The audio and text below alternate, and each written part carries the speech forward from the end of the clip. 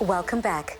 Now, in a world that emphasizes unrealistic beauty and body standards, it is crucial to embrace our unique characteristics of our different body types. Today, we're joined by body positivity maven Oyama Botha, and we're back with Janine Smith, who will be sharing their views on this very important matter.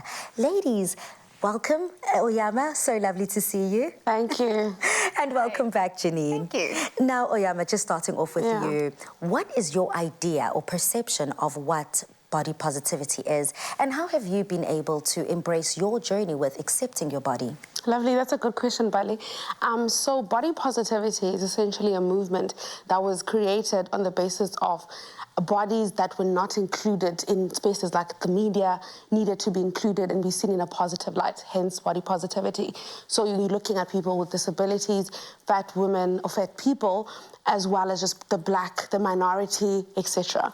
And it's really evolved to be the acceptance of all body types, and as long as it's seen in a positive light, and it's also included within the realms where people wouldn't have necessarily been included. So it's obviously a good thing, because when people are being seen in a positive light, you also perceive yourself in a very good positive light, right? Because you're being seen in a positive light. There's a knock-on effect. Exactly. And in that sense, then you do get included in spaces where you wouldn't have necessarily been included.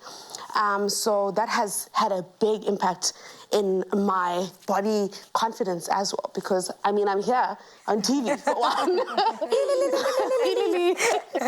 So it's really just opening up spaces for people who wouldn't necessarily have been in certain opportunities and giving them that platform in that space. And your personal journey, how did that look like? Because, I mean, if you're anything like myself, my body fluctuates up and down throughout the year, this year in particular. And it's sometimes so difficult to look at yourself in the mirror and say, I accept you, any shape, form, colour and tone. Sure.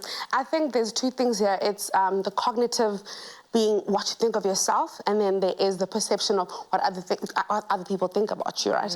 And the cognitive can be changed, because that's a you thing. That's you working on yourself, working on your cognitive abilities in terms of what you think about yourself, right?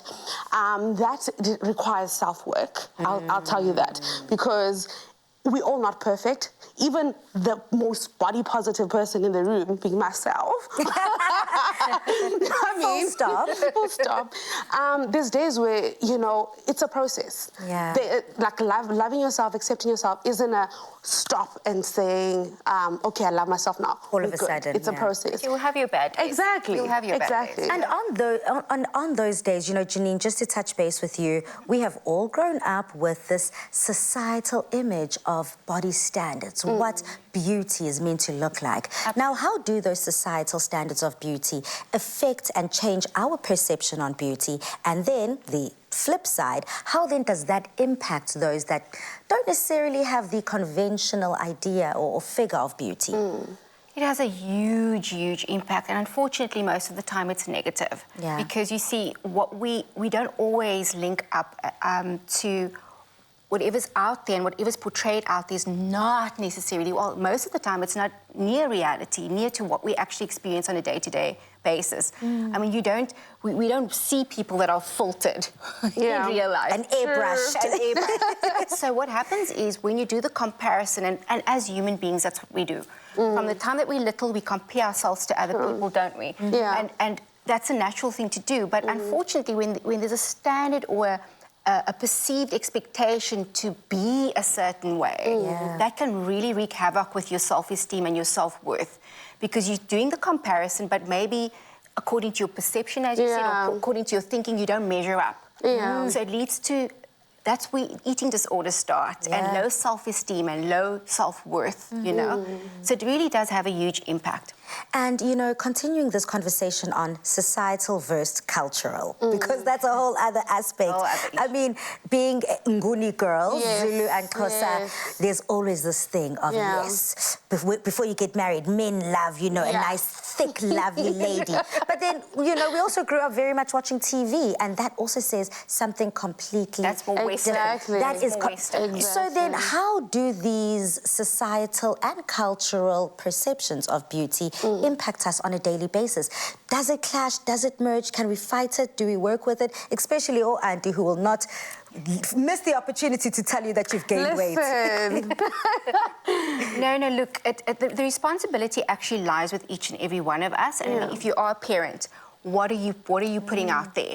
If you're an auntie and you're modeling somebody, what are you saying? You need to take, all of us, as females especially, we need to take responsibility for our narrative. What do people find us saying? What do we focus on? Are we focusing on people's abilities, their skills, their qualities, or are we focusing more on aesthetics? Because at the end of the day, our foundation as children when we grow up, that kind of is very important, because if we can nurture a better self-esteem or better self-worth, what then happens is that transcends culture.